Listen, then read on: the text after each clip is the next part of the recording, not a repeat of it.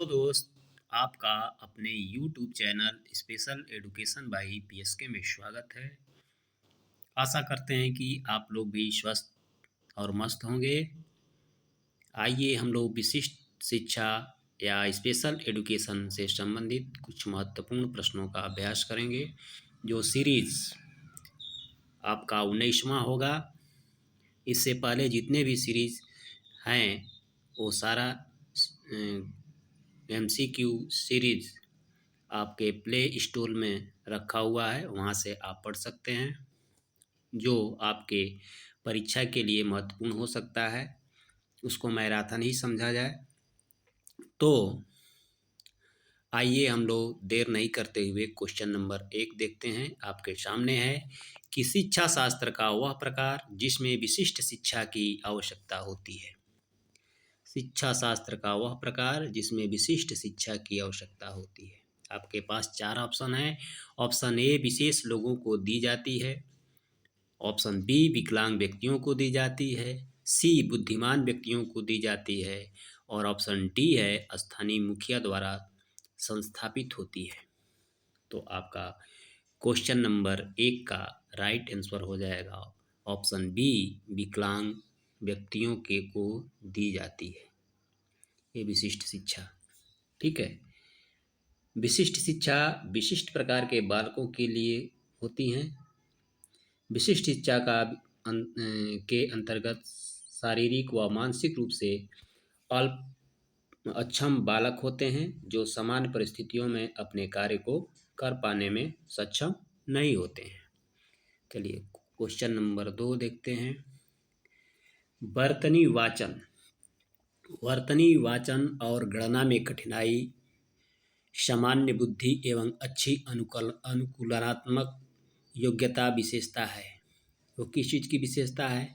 4 option आपके पास है। Option ए धीमी गति से सीखने वालों की, बी सामान्य औसत अधिगमकर्ता की, ऑप्शन सी मानसिक रूप से पिछड़े बालकों की, ऑप्शन डी अधिगम निर्योग्य बालकों की।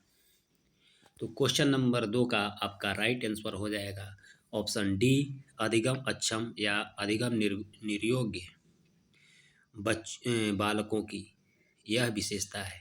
वर्तनी, वाचन और गणना में उनको कठिनाई होती है। ठीक है।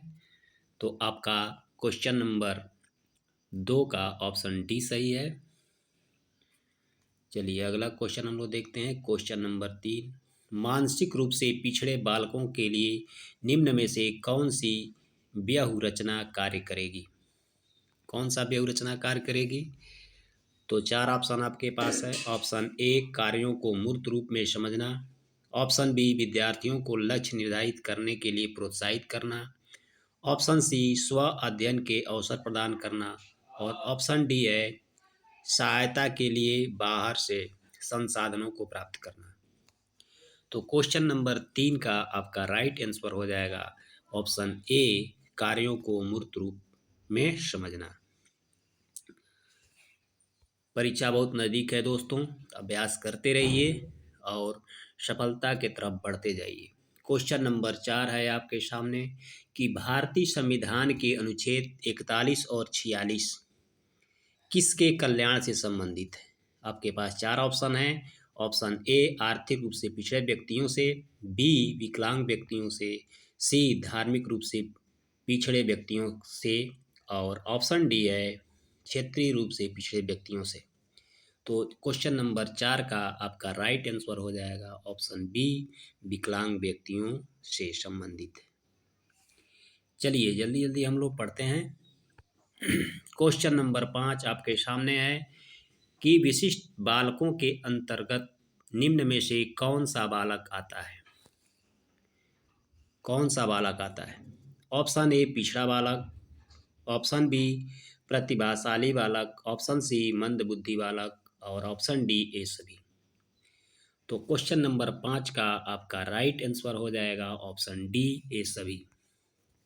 ये सभी जितने भी ऑप्शन दिए गए हैं ऊपर, वो सभी जो है आपका विशिष्ट बालक है। क्वेश्चन नंबर अगला देखते हैं हम लोग। क्वेश्चन नंबर 6, यदि कोई छात्र असामाजिक व्यवहार का प्रदर्शन करता है तो शिक्षक को क्या करना चाहिए। इस तरह के भी क्वेश्चन पूछे जाते हैं कि शिक्षक को क्या करना चाहिए। आपके पास चार ऑप्शन है। ऑप्शन ए, छात्र को शारीरिक दंड देना चाहिए। बी, उसके व्यवहार का कारण जानना चाहिए। ऑप्शन सी, उसे उपदेश देना चाहिए। और फिर ऑप्शन डी है, उसे कक्षा से बाहर निकाल देना चाहिए। तो क्वेश्चन नंबर 6 का आपका राइट आंसर हो जाएगा ऑप्शन बी, उसके व्यवहार का कारण जानना चाहिए कि आखिर में वो ऐसा क्यों कर रहा है। चलिए अगला क्वेश्चन हम लोग देखते हैं। क्वेश्चन नंबर 7, बालक में अपराधी प्रवृत्ति के विकसित होने के प्रमुख कारण हैं। क्या कारण होते हैं कि बच्चे अपराधी प्रवृत्ति के हो जाते हैं। तो आपके पास चार ऑप्शन है। ऑप्शन ए है परिवार का वातावरण, बी अनुशासनहीनता, सी आर्थिक अभाव और ऑप्शन डी दोषपूर्ण पाठ्यक्रम। तो क्वेश्चन नंबर 7 का आपका ऑप्शन ए सही है, परिवार का वातावरण। अगर परिवार का वातावरण अच्छा है तो बालक अपराधी नहीं होगा। ठीक है, चलिए अगला क्वेश्चन हम लोग देखते हैं। क्वेश्चन नंबर 8, शैक्षिक समस्याओं से ग्रस्त बालकों को किस समस्या का सामना करना पड़ता है। ऑप्शन ए है कान व उससे जुड़ी नसों का सही प्रकार से काम नहीं करना।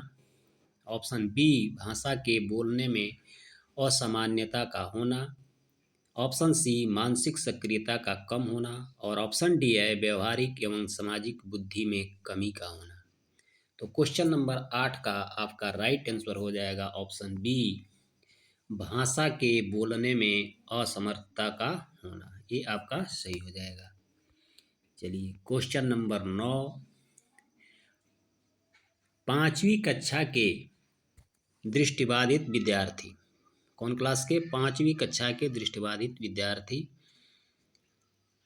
ऑप्शन ए के माता पिता और मित्रों द्वारा उसके दैनिक कार्यों को करने में सहायता की जानी चाहिए। ऑप्शन बी है कि एक साथ कक्षा में सामान्य रूप से व्यवहार किया जाना चाहिए और श्रव्य सीडी के माध्यम से सहायता उपलब्ध कराई जानी चाहिए। ऑप्शन सी है कि साथ कक्षा में विशेष व्यवहार किया जाना चाहिए। और फिर ऑप्शन डी है को निचले स्तर से कार्य करने की छूट मिलनी चाहिए। तो क्वेश्चन नंबर 9 का आपका राइट आंसर हो जाएगा ऑप्शन बी, कि 5वीं कक्षा के दृष्टिबाधित विद्यार्थी के साथ कक्षा में सामान्य रूप से व्यवहार किया जाना चाहिए और श्रव्य सीडी के माध्यम से सहायता उपलब्ध कराई जानी चाहिए। ऑप्शन बी सही हो जाएगा। चलिए क्वेश्चन नंबर 10 आपके सामने है कि जब एक शिक्षिका दृष्टिबाधित विद्यार्थियों को कक्षा के अन्य शिक्षार्थियों के साथ सामूहिक गतिविधियों में शामिल करती है तो वह, आपके पास चार ऑप्शन है। ऑप्शन ए है कक्षा के एक सिखाने हेतु बढ़ाए उत्पन्न कर रही है, कक्षा के एक सिखाने हेतु बाधाएं उत्पन्न कर रही हैं। ऑप्शन बी है समावेशी शिक्षा की भावना के अनुसार कार्य कर रही हैं। सी, सभी शिक्षार्थियों में दृष्टिबाधित शिक्षार्थी के प्रति सहानुभूति विकसित करने में मदद कर रही हैं। और ऑप्शन डी है दृष्टिबाधित शिक्षार्थी पर संभवतः तनाव बढ़ा रही हैं। तो क्वेश्चन नंबर 10 का आपका राइट आंसर हो जाएगा ऑप्शन बी, कि समावेशी शिक्षा की भावना के अनुसार कार्य कर रही हैं, इसलिए वो क्या कर रही हैं, सामूहिक गतिविधियों में शामिल कर रही हैं। चलिए क्वेश्चन नंबर 11, निम्नलिखित में से डॉट डॉट के अतिरिक्त सभी के कारण अधिगम अक्षमता उत्पन्न होती है। कौन कौन से कारण अधिगम अक्षमता उत्पन्न हो सकती हैं। तो ऑप्शन ए है जन्म से पहले माँ द्वारा मदिरा सेवन। ऑप्शन बी मंद बुद्धि। ऑप्शन सी शैशवाकाल के समय दिमागी बुखार। और ऑप्शन डी है शिक्षक की शिक्षण शैली। तो क्वेश्चन नंबर 11 का आपका राइट आंसर हो जाएगा ऑप्शन डी, शिक्षक का शिक्षण शैली। अगला क्वेश्चन हम लोग देखते हैं। क्वेश्चन नंबर 12, निम्नलिखित में से किस पद्धति का उपयोग करते हुए हकलाने की समस्या से निपटा जा सकता है? आपके पास चार ऑप्शन है। ऑप्शन ए है अनुश्रुत वाक्, ऑप्शन बी है प्रवर्धित वाक्, ऑप्शन सी परिणामकारी वाक् और ऑप्शन डी लंबित वाक्। तो क्वेश्चन नंबर 12 का आपका राइट आंसर हो जाएगा ऑप्शन बी प्रवर्धित वाक्य। चलिए हम लोग 13वां क्वेश्चन देखते हैं। क्वेश्चन नंबर 13 आपके सामने है कि निम्नलिखित में से कौन सा विकासात्मक विकार का उदाहरण नहीं है? विकासात्मक विकार का उदाहरण नहीं है, नकारात्मक क्वेश्चन है। ऑप्शन ए आत्मविमोह, जिसको ऑटिज्म कहते हैं। ऑप्शन बी प्रमस्तिष्कीय पक्षाघात या सेरेब्रल पॉल्सी। ऑप्शन सी पर अभिघातजन्य तनाव पोस्ट ट्रॉमेटिक। और ऑप्शन डी है न्यून अवधान सक्रिय विकास अटेंशन डिफिसिटी हाइपर एक्टिव डिसऑर्डर। तो क्वेश्चन नंबर 13 का राइट आंसर आपका हो जाएगा ऑप्शन सी। यह जो है विकासात्मक विकार का उदाहरण नहीं है, पर अभिजात तनाव। क्वेश्चन नंबर 14, गणित के अधिगम निर्योग्यता का आकलन निम्न में से किस परीक्षण द्वारा सर्वाधिक उचित तरीके से किया जा सकता है? ऑप्शन ए है निदानात्मक परीक्षण, बी स्क्रीनिंग परीक्षण, सी उपलब्धि परीक्षण और फिर ऑप्शन डी है अभिक्षमता परीक्षण। तो क्वेश्चन नंबर 14 का आपका राइट आंसर हो जाएगा ऑप्शन ए निदानात्मक परीक्षण। चलिए क्वेश्चन नंबर 15 आपके सामने है कि निम्नलिखित में से कौन सा व्यवहार बच्चों की अधिगम निर्योग्यता की पहचान करता है? बच्चों की अधिगम निर्योग्यता की पहचान करता है। चार ऑप्शन आपके पास है। ऑप्शन ए मनोभाव का जल्दी जल्दी बदलना, बी अपमानजनक व्यवहार, सी शब्दों को सही तरह से न समझ पाना और शब्दों को सही तरह से न लिख पाना और ऑप्शन डी है ए और बी दोनों। तो क्वेश्चन नंबर 15 का आपका राइट आंसर ऑप्शन सी हो जाएगा कि शब्दों को सही तरह से न समझ पाना तथा शब्दों को सही तरह से न लिख पाना, यह क्या है? अधिगम निर्योग्यता की पहचान है। चलिए क्वेश्चन नंबर 16 आपके सामने है। आप एक अति सक्रिय बालक को कैसे सही दिशा में लाएंगे? एक अति सक्रिय बालक को आप कैसे सही दिशा में लाएंगे? आपके पास चार ऑप्शन है। ऑप्शन ए है उसे पहले पंक्ति में बैठाएंगे तथा उसे उस पर हो जाएगा, उस पर कड़ी नज़र रखेंगे। ऑप्शन बी है उसे कक्षा में कोने में बैठाने की जगह निश्चित करेंगे। ऑप्शन सी है उसे श्यामपट्ट आदि साफ करने का काम देंगे और ऑप्शन डी है उपरोक्त में से कोई नहीं। तो क्वेश्चन नंबर 16 का आपका राइट आंसर होगा ऑप्शन डी उपरोक्त में से कोई नहीं। अगला क्वेश्चन देखते हैं। क्वेश्चन नंबर 17, कक्षा 5 के अल्पदृष्टि वाले बच्चे को क्या, चार ऑप्शन आपके पास है। ऑप्शन ए निम्न स्तर के कार्यों के लिए माफ़ करना उचित है। ऑप्शन बी उसके दैनिक कार्य में उसके माता पिता तथा मित्रों को सहायता करनी चाहिए। ऑप्शन सी है कक्षा में सामान्य रूप से बर्ताव करना चाहिए एवं ऑडियो सीडी के जरिए सहायता प्रदान की जानी चाहिए। फिर ऑप्शन डी है कक्षा में विशेष बर्ताव करना चाहिए। तो क्वेश्चन नंबर 17 का आपका राइट आंसर हो जाएगा ऑप्शन सी कक्षा में सामान्य रूप से बर्ताव करना चाहिए एवं ऑडियो सीडी के जरिए सहायता प्रदान की जानी चाहिए। ये आपका ऑप्शन सही हो जाएगा, ऑप्शन सी। क्वेश्चन नंबर आपका 18 है कि डिसलेक्सिया संबंधित है, किससे संबंधित है? चार ऑप्शन आपके पास है। ऑप्शन ए मानसिक विकार से, बी गणितीय विकार से, सी पठन विकार से और फिर ऑप्शन डी है व्यवहारिक विकार से। तो डिसलेक्सिया जो है किससे संबंधित है? ऑप्शन सी पठन विकार से, पढ़ने लिखने की अयोग्यता है जिसको डिसलेक्सिया कहा जाता है। चलिए क्वेश्चन नंबर 19, किसने कहा पिछड़े बालक वह हैं जो अपनी आयु वर्ग के अन्य छात्रों की अपेक्षा बहुत कम शैक्षिक उपलब्धि करता है? ऑप्शन ए सार्नल, B Burt, C Burton Hall और ऑप्शन डी है टैलफोर्ड। तो क्वेश्चन नंबर 19 का आपका राइट आंसर हो जाएगा ऑप्शन ए सार्नल।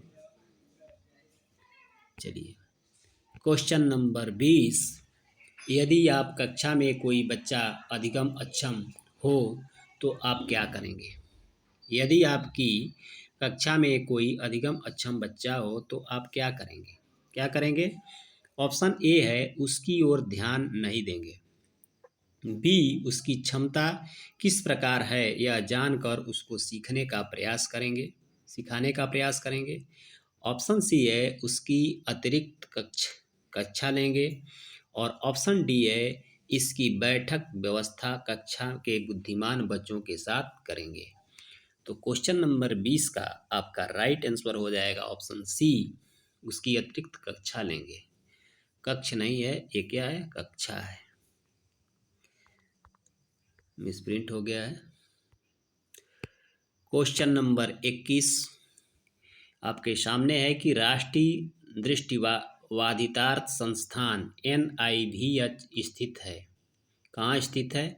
4 ऑप्शन है आपके पास। ऑप्शन ए शिमला में, बी कोलकाता में, सी देहरादून में और ऑप्शन डी दिल्ली में।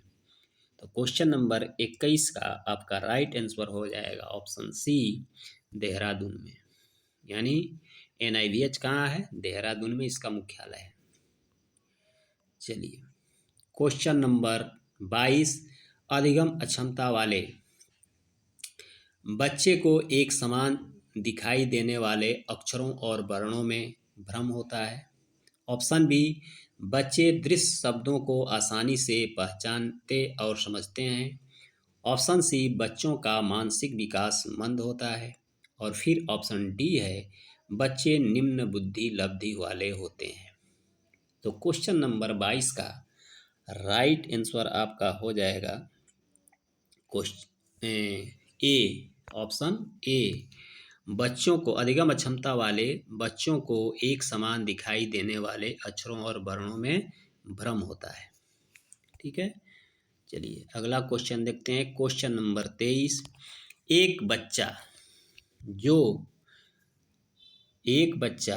जो डॉट डॉट से ग्रस्त है, किससे ग्रस्त है? वह सा को वाज और न्यूक्लियर को अनक्लियर में अंतर नहीं कर सकता।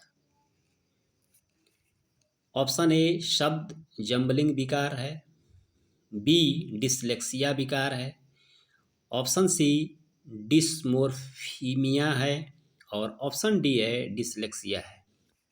तो क्वेश्चन नंबर 23 का आपका राइट आंसर हो जाएगा ऑप्शन डी।